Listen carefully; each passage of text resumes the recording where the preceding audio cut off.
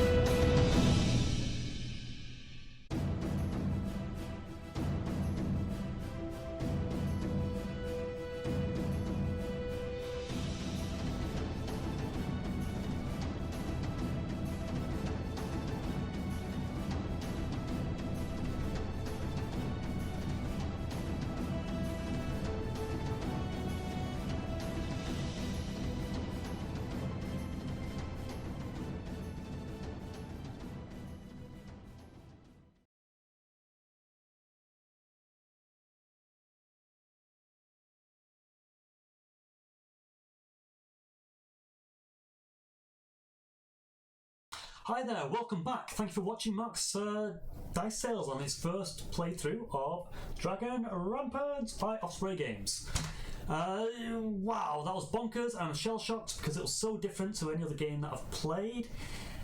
Coming from a competitive background where I'm used to objectives and games ending in a certain number of rounds, and being able to activate and actually move a unit, that was chaotic bonkersness. But I think there's a game there that I want to explore more. It's a breath of fresh air from what I played in the past, and I like using all my D&D miniatures in a war game, and I like that you can maybe pick up Lego pieces, models from the toy shop that aren't gaming pieces, on bases and things like that. I really like that there's no line of sight and no sort of maths, that it's a very loose, kind of like Star Wars Legion. You can just move your leader unit and then everyone just moves around him in that sort of skirmish style. I love that. It's not particularly a skirmish game, but we did play on a 3x3. You can play on a wider table. Some of the scenarios suggest that you have a longer table and you're trying to escape through some badlands to the side. There's only a very thin abstract narrative in the rulebook. The emphasis on you to tell your story and make it what you want it to be. My army felt very Narnia-like. I love that I had my hairy heavy foot troops, my gnolls. I had driders who like centaur creatures. I had a wizard because I wanted to get straight in with spells. I don't care the difficulty. Throw me in the deep end, I want to cast spells.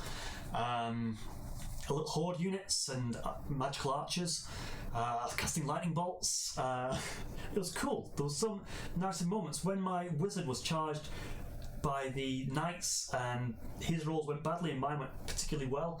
I thought, oh well, that's more than a wizard. Let's just bring my Sith Lord in, which I've just found in my box. And then I start rampaging, casting lightning bolts and charging after the human army.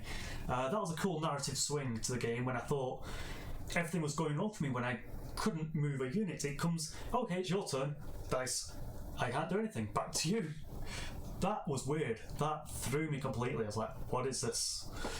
But there's definitely something there to explore. What I want to explore in the book specifically is I found out that there was rules for venomous. So my spider hordes or my driders, they could have done poison. I don't even know what it did in the end. I should have flicked through.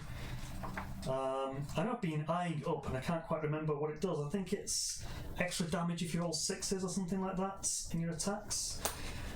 I think I also noticed when we were doing the playthrough, I think I played a rule wrong. One, I think we missed out leadership bonuses of +1 morale within a certain range, and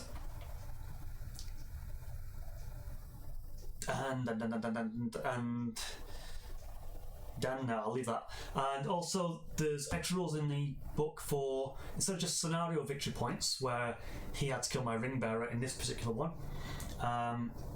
There are other ways. I maybe need to look these up. They call them side quests or quests, and there are things that gain you victory points, such as if none of your units retreat off the board, your warband must root or destroy a unit with missile weapons, and none of your units are killed by enemy units with missile weapons. You make one enemy retreat off the table. You can score victory points like that. I mean, it's not quite arena. It's not.